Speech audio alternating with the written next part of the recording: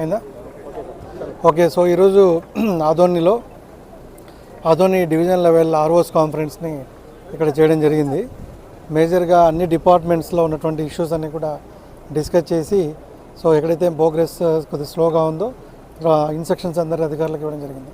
బేసిక్గా దీని ఉద్దేశం ఏంటంటే, జిల్లా లెవెల్లో మనం జిల్లాకంతా కలిపి రివ్యూ తీసుకుంటూ ఉంటాము. బట్ డివిజన్ లెవెల్కి వచ్చినప్పుడు ఇన్డెప్త్గా ఒక్కొక్క మండలము, విలేజ్ లెవెల్ దాకా రివ్యూ చేసుకుంటూ, ఇంకా సమస్యలు ఏమున్నాయని చూసుకుంటూ డిస్ట్రిక్ట్ లెవెల్ ఆఫీసర్స్ అందరూ ఇక్కడికి వస్తారు కాబట్టి డిస్ట్రిక్ట్కి, మండల్కి ఇక్కడే వాళ్ళిద్దరికీ కూడా ఏదైనా గ్యాప్స్ ఏదైనా ఉంటే అవన్నీ కూడా డిస్కస్ చేసుకొని ఫర్దర్గా ప్రోగ్రెస్ చేయడానికి ఉంటుంది.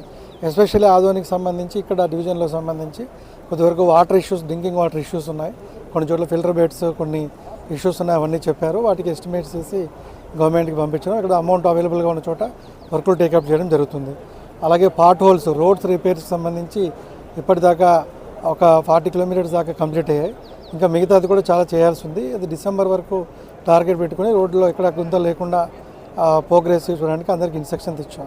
అలాగే మనకి ఎన్ఆర్జీఎస్ కింద సీసీ రోడ్లు శాంక్షన్ చేయడం జరిగింది. సో వీటిలో 239 వర్క్స్ ఉన్నాయి దాదాపు.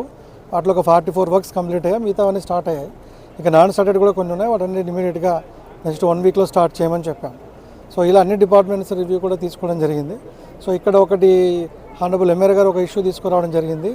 మెడికల్ సంబంధించి ఇక్కడైతే మనకి మెటర్నిటీ హెల్త్ సెంటర్ ఏదైతే ఉందో దాంట్లో స్టాఫ్ తక్కువగా ఉన్నారని చెప్పారు. ఇమీడియట్గా నిన్న ఒక 8 మెంబర్స్ని పోస్టింగ్ ఇవ్వడం జరిగింది, స్టాఫ్ నర్సుల్ని. వాళ్ళని ఈరోజు రేపటిలో జాయిన్ అయిపోతారు. ఈరోజు జాయిన్ అయ్యారు ఒక 5 మెంబర్స్, మిగతా వాళ్ళు జాయిన్ అవుతారు. సో కొన్ని అదర్ ఇష్యూస్ కూడా చెప్పడం జరిగింది, అవన్నీ కూడా డిస్కస్ చేసాం.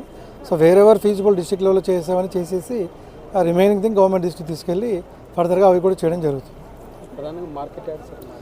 మార్కెట్ యార్డ్లో ఉన్నటువంటి సమస్యలు సబ్ కలెక్టర్ గారు ఆల్రెడీ విజిట్ చేశారు. సో దీంట్లో ఒక 54 lakhs ఎస్టిమేట్ వేయడం జరిగింది.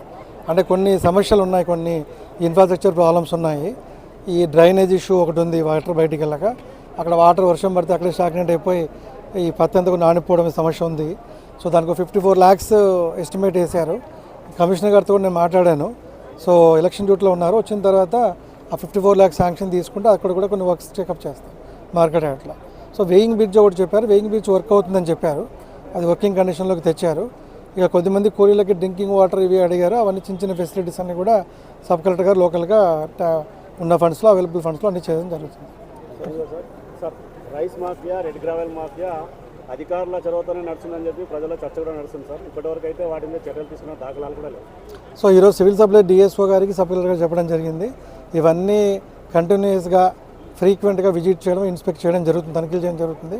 ఎక్కడైతే